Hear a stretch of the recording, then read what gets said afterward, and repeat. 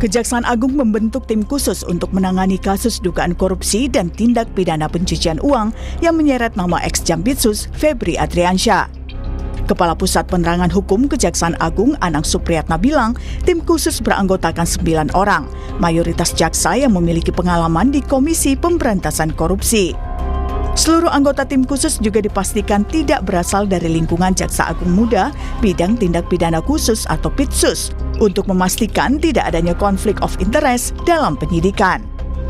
Dalam seperindik baru, kami terbitkan makanya seperindik yang sifatnya khusus, kita bentuk tim khusus. Ini terdiri dari 9 orang. Yang jelas sebagian besar penyidik-penyidik ini yang berasal mantan alumni KPK. Jaksa-jaksa yang pernah bertugas di KPK.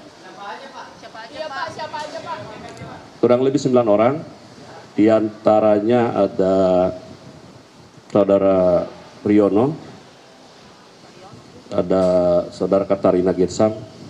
Ya. Data Kejagung menyebutkan 9 anggota tim khusus tersebut adalah Agus Salim, Muhibudin, Katarina Girsang, Riono Budi Santoso, Agus Sahat, Irene Putri, Renaldi, Z Tadung Alo, dan Hari Wibowo. Bersamaan dengan pembentukan tim khusus, Kejaksaan Agung menerbitkan surat perintah penyidikan atau sprindik baru kasus dugaan korupsi tata kelola pasokan batubara PLTU, PT Asabri, dan PT Krakatau Steel yang menyeret ex-Jampitsus Febri Adriansyah.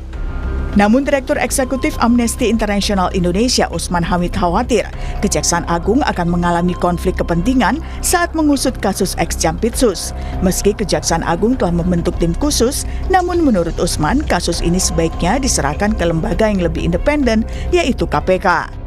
Masyarakat juga menilai ada yang tidak beres seandainya kasus ini hanya ditangani oleh Kejaksaan Agung. Terutama mengingat yang terlibat adalah orang nomor 2 setidaknya di Kejaksaan Agung. Nah, oleh karena itu yang dibutuhkan saat ini adalah ketegasan untuk memastikan bahwa kasus ini dibongkar sampai pada akar persoalannya. Jadi misalnya, kalau memang keterlibatan Jampitsus ini sudah tidak lagi bisa dibantahkan, segera tahan dan sebaiknya Kejaksaan Agung tidak memasuki wilayah ini sehingga akan meragukan kepercayaan masyarakat karena konflik kepentingan. Sementara itu, Ketua KPK Setio Budianto mengaku telah berkomunikasi dengan Jaksa Agung